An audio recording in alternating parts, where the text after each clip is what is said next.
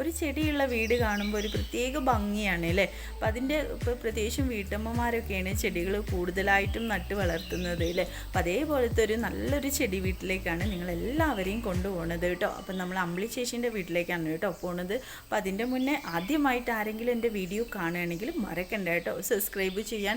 അതിൻ്റെ തൊട്ടടുത്തുള്ള bell button ഉണ്ടല്ലോ, അതും കൂടി ഒന്ന് പ്രസ് ചെയ്ത് ഓൾന്ന് സെലക്ട് ചെയ്യുക കേട്ടോ. എന്നാലുള്ളൂ ഞാനിടുന്ന വീഡിയോസിൻ്റെ ഒക്കെ നോട്ടിഫിക്കേഷനൊക്കെ നിങ്ങൾക്ക് ലഭിക്കുകയുള്ളൂ. അപ്പം നമുക്ക് ഇന്നത്തെ ചെടി വീട് കണ്ടാലോ.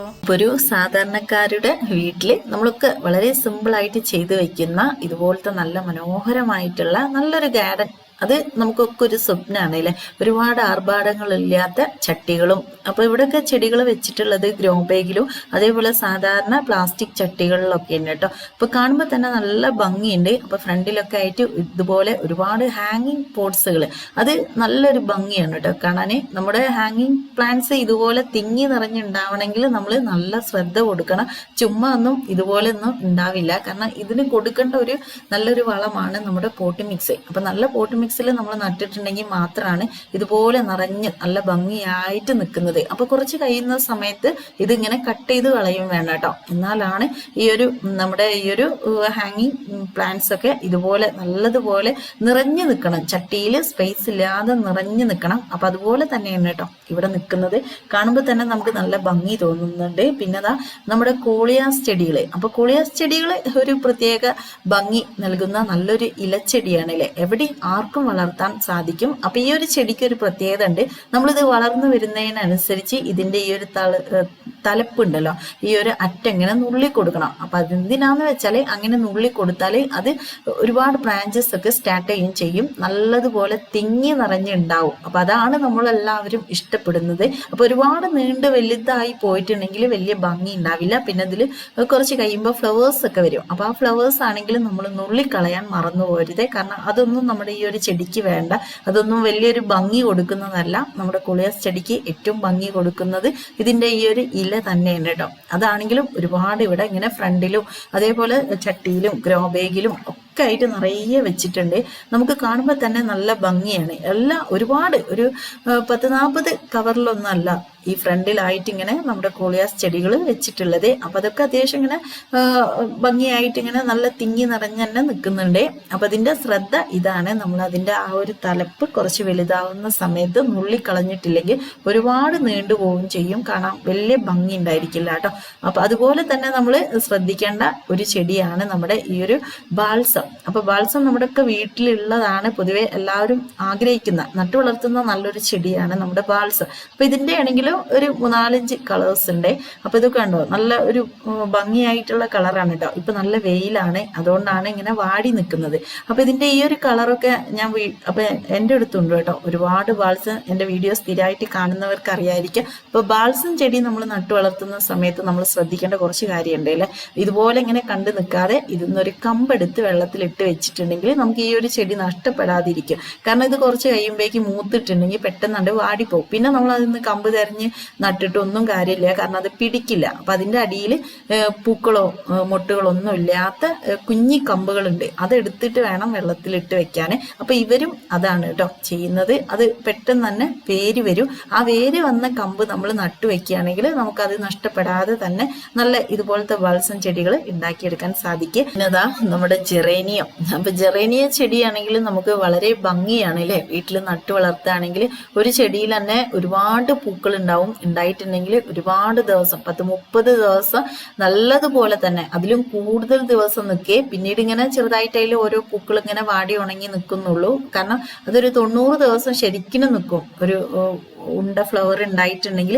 പിന്നെ അതാ നമ്മുടെ ബട്ടർഫ്ലൈ, അത് നല്ല ഭംഗിയുണ്ട് കേട്ടോ. ഒരു ചട്ടിയിൽ ഇങ്ങനെ നിറഞ്ഞ സ്പേസ് ഇല്ലാതെ ഉണ്ടായിട്ടുണ്ട്. പിന്നെ ഫ്രണ്ടിലാണ് ഇതുപോലത്തെ കോളിയാസ് ആണെങ്കിലും നമ്മുടെ ബാൾസ് ആണെങ്കിലും അങ്ങനത്തെ ഒരു കുറച്ച് പൂച്ചെടികളും വെച്ചിട്ടുണ്ട്. പിന്നെ അതുപോലെ തന്നെ ഇതുപോലെ കുറച്ച് ഇലച്ചെടികളും വെച്ചിട്ടുണ്ട്. അത് നമ്മൾ വരുന്ന ആ ഒരു ഫ്രണ്ടിൽ തന്നെ അത് കാണുമ്പോൾ നല്ല ഭംഗിയുണ്ട് കേട്ടോ. നല്ല ചെടികളൊക്കെ വെച്ചിട്ടുള്ളത് ചട്ടിയിലും അതേപോലെ തന്നെ ഗ്രോ ബാഗിലൊക്കെയാണ് കേട്ടോ. ചെടികളൊക്കെ നട്ടുവെച്ചിട്ടുള്ളത് നല്ല ഭംഗിയായിട്ട് തന്നെ നിൽക്കുന്നുണ്ട്. പിന്നെ ഇതാ നമ്മുടെ അലോവേര. അപ്പൊ അലോവേര ഇവരെ വീട്ടിൽ ഇതാ കാട് പോലെ നിറഞ്ഞു നിൽക്കുന്നുണ്ട്. വളരെ എളുപ്പത്തിൽ വളർത്താൻ പറ്റും, പക്ഷെ നല്ല പ്രയാസമുണ്ട്. ചെറിയൊരു ശ്രദ്ധ കൊടുത്തിട്ടില്ലെങ്കിൽ നമുക്ക് അലോവേര പിടിക്കില്ല. കാരണം അലോവേര നടുന്ന സമയത്ത് നമ്മൾ വേര് ഭാഗം മാത്രമായിരിക്കണം അല്ലെ മണ്ണിലേക്ക് ചേർത്ത് കൊടുക്കേണ്ടത്. എന്നിട്ട് നട്ടിട്ടുണ്ടെങ്കിൽ മാത്രമാണ് അലോവേര പിടിക്കുന്നത്. അപ്പൊ ഇത് കണ്ടോ, ഒട്ടും സ്പേസ് ഇല്ല കേട്ടോ. ഒരു ചാക്കിലാണ് ഈ ഒരു അലോവേര ചെടി നട്ടിട്ടുള്ളത്. അപ്പൊ ഇതൊക്കെ കണ്ടോ, നിറയെ തൈയാണ്. അത് നല്ല വണ്ണത്തിലുള്ള ഇലകളാണ് കേട്ടോ. ഇതിന്റെ ഇലേന്റെ ഒക്കെ ഒരു വണ്ണം കണ്ടോ. പിന്നെ അതാ ഒരു മദർ പ്ലാന്റ് ആണ് ഇങ്ങനെ വീണ് കിടക്കുന്നത്. അപ്പൊ നമ്മൾ ഈ ഒരു അലോവേര ചെടി നല്ലോണം വളരാനും തൈകൾ പൊട്ടാനും വണ്ണത്തിൽ ഇതിന്റെ ഇല ഒക്കെ ഉണ്ടാവാൻ വേണ്ടിയിട്ട് നമ്മൾ പോട്ട് മിക്സ് ആണ് കൊടുക്കേണ്ടത്. അപ്പൊ ഇവര് ഈ ഒരു അലോവേര ചെടിക്ക് കൊടുക്കുന്നതും ചാണകപ്പൊടി, മണ്ണ്, മണല് ഈക്വൽ ആയിട്ട് എടുത്തിട്ടാണ് ഈ ഒരു ചാക്കിൽ നിറയ്ക്കുന്നത്. അപ്പൊ അതിന്റെ അടിവശത്ത് കുറെ കരിയിലൊക്കെ നിറച്ചതിന് ശേഷം മുകളിൽ നടുന്ന ഭാഗത്ത് മാത്രമാണ് ഈ ഒരു പോട്ടി മിക്സ് കൊടുക്കുന്നത്. ചെടികളാണെങ്കിലും പച്ചക്കറികളൊക്കെ നട്ട് വെക്കാൻ വേണ്ടിയിട്ട് ഇതുപോലെ ഗ്രോ ബാഗിലാണെങ്കിലും ചാക്കിലും കവറിലൊക്കെ മണ്ണ് നിറച്ച് റെഡിയാക്കി വെച്ചിട്ടുണ്ട് കേട്ടോ.